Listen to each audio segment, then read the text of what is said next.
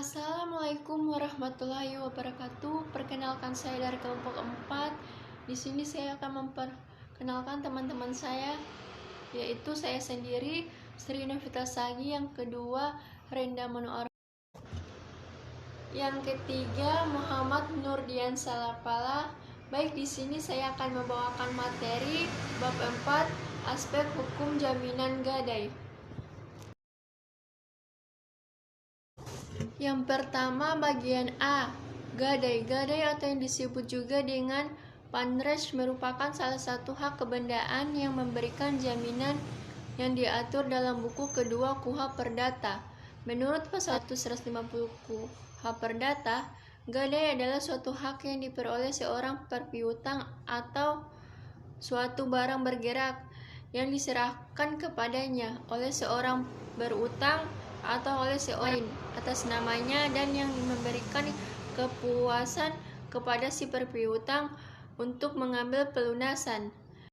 Menurut Supekti, panres adalah suatu hak kebendaan atas suatu barang bergerak kepunyaan orang lain yang semata-mata diperjanjikan untuk menyerahkan bejit atas benda bergerak bertujuan untuk mengambil pelunasan suatu barang dari pendapatan penjualan benda itu lebih dahulu dari penagih-penagih lainnya. Bahwa gadai adalah suatu hak yang didapat oleh seorang perpiutang suatu benda bergerak yang padanya diserahkan oleh perpiutang atau seorang lain atau namanya yang menjamin pembayaran utang dan memberikan hak kepada si perutang untuk dibayar lebih dahulu dari perpiutang lainnya yang diambil dari uang pendapatan penjualan barang itu.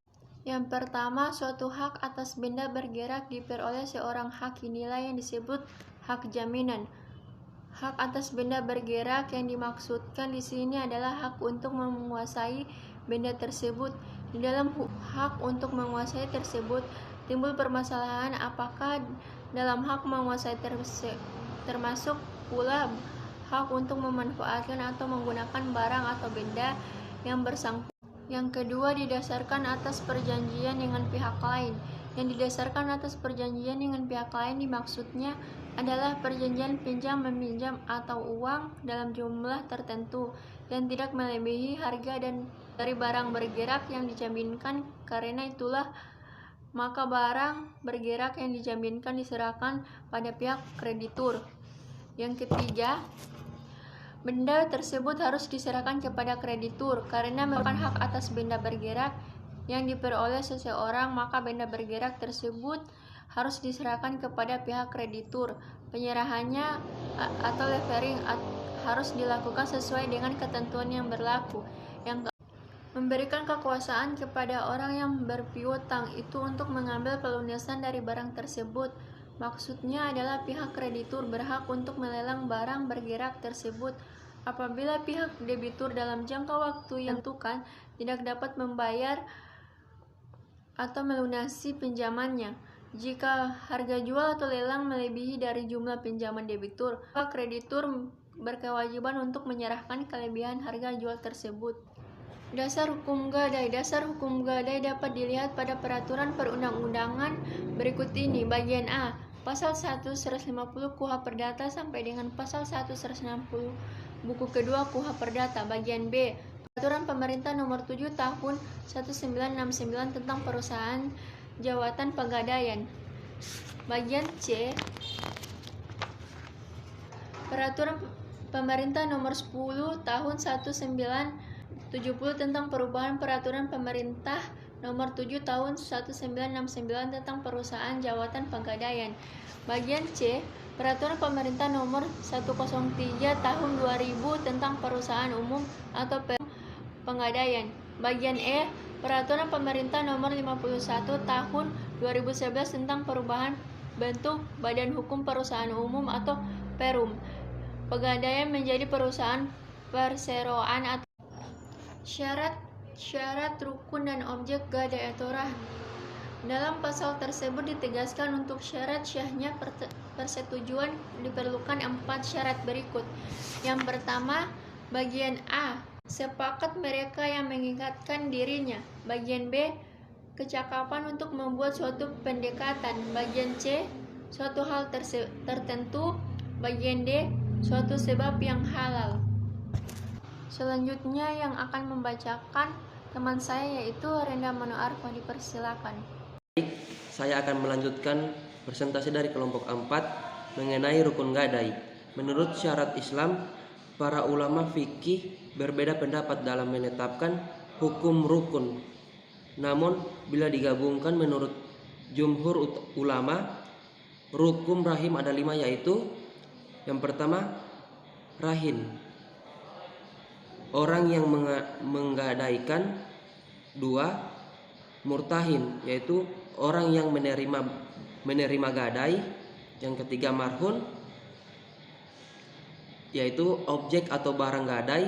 Yang keempat, marhun bih atau utang, sighat atau ijab kabul. Kesepakatan antara rahin dan murtahin dalam melakukan transaksi gadai pada dasarnya terjadi dengan 2 akad transaksi, yaitu akad rahin. Yang dimaksud akad rahin adalah menahan harta milik si peminjam sebagai jaminan atas pinjaman yang diterimanya. Selanjutnya, akad ijarah merupakan akad pemindahan hak guna atas barang dan atau jasa melalui pembayaran upah atau sewa, tanpa diikuti dengan pemindahan kepemilikan atas barangnya sendiri. Para ulama fikih mengemukakan syarat-syarat rahin sesuai dengan rukun rahin itu sendiri, yaitu yang pertama, adanya para pihak dalam pembiayaan rahin atau rahin dan murtahin. Para pihak yang melakukan akad rahin harus cakap bertindak menurut hukum atau aliyah. Yang kedua, adanya kesepakatan sighat atau ijab kabul. Yang ketiga, marhun bih atau utang. Marhun bih atau utang wajib dibayar kembali oleh debitur, dilunasi dengan angguman, dan utang harus jelas serta tertentu atau dapat dikualifikasikan, ditimbang atau dihitung jumlahnya. Yang berikutnya, marhun atau barang. Mengenai syarat-syarat gadai ini, Haji Zainuddin Ali menyatakan bahwa syarat-syarat gadai terdiri dari yang pertama, sighat. Yang kedua, pihak-pihak yang berakad cakap menurut hukum. Yang ketiga, utang. Yang keempat, marhun. Selanjutnya ada juga pelelangan menurut syariat Islam. Pada prinsipnya syariat Islam memperbolehkan jual beli barang dengan cara lelang yang dalam fikih disebut sebagai akad bai muzayadah.